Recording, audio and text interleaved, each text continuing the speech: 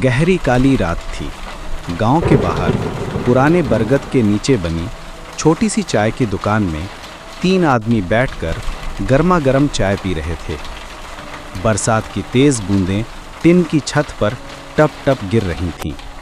हवा में कच्ची मिट्टी और लकड़ी के धुएं की गंध घुली थी। आज की रात अजीब है यार, हवा भी जैसे सीटी बजा रही है। सुना है आज जिस जंगल वाले रास्ते से वीरू शहर गया है, वहाँ कई साल पहले एक औरत और बच्चा मरे थे। तो फिर वही बात शुरू कर दी। ऐसी बातें रात में नहीं बोलते।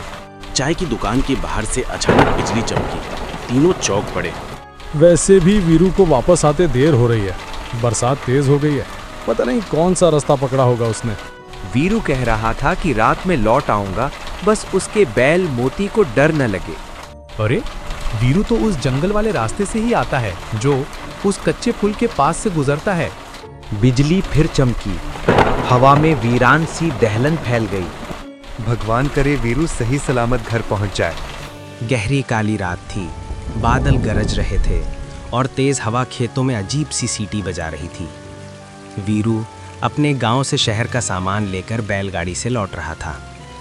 रास्ते में हल्की बूंदाबांदी शुरू हुई। हे राम, ये बारिश भी अभी ही आनी थी।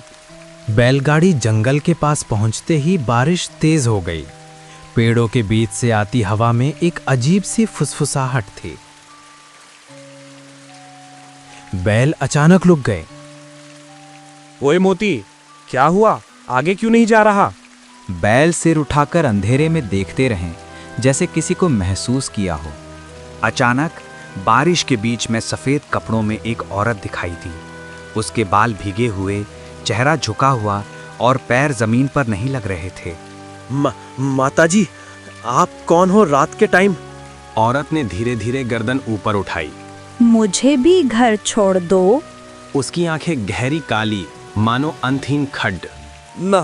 नहीं बहन जी, मेरी बैलगाड़ी बहुत धीमी है। औरत सीधा गाड़ी की पिछली सीट पर बैठ गई, बिना आवाज किए। चलो, देर हो रही है। बैलगाड़ी अपने आप आगे बढ़ने लगी, बिना वीरू के छुए। बारिश और तेज हो चुकी थी। जंगल का रास्ता अब धुंधला था। वीरू तो पीछे से बच्चे के रोने की आवाज सुनाई दी। आप अकेली हो या कोई बच्चा भी है? हाँ है, ये रहा। पीछे से एक ठंडा हाथ वीरू के कंधे पर रखा गया। औरत के हाथ में एक खाली कपड़ा, जैसे किसी अदृश्य बच्चे को पकड़े हुए। बैल अचानक फिर रुक गई। सामने एक टूटे हुए कच्चे पुल का खड्ड था। अगर बैलगाड़ी थोड़ी और बढ़ती तो सीधा मौत। औरत धीरे धीरे उठी। तुम अच्छे आदमी हो, इसलिए रोका, हमें तो कोई नहीं रोक पाया था। हवा में एक तेज चीख गूंजी। औरत और उसका अदृश्य बच्चा बारिश में धुआं बनकर गायब हो गए। सुबह होने पर गांव वाले पहुंचे। उन्होंने वीरू को सहमा हुआ पाया। अगर वो उस रात मेरी गाड़ी में न बैठती तो मैं आज जिंदा न होता। ये वही औरत थी जो सालों पहले अपने बच्चे संग इसी पुल से गिरी थी।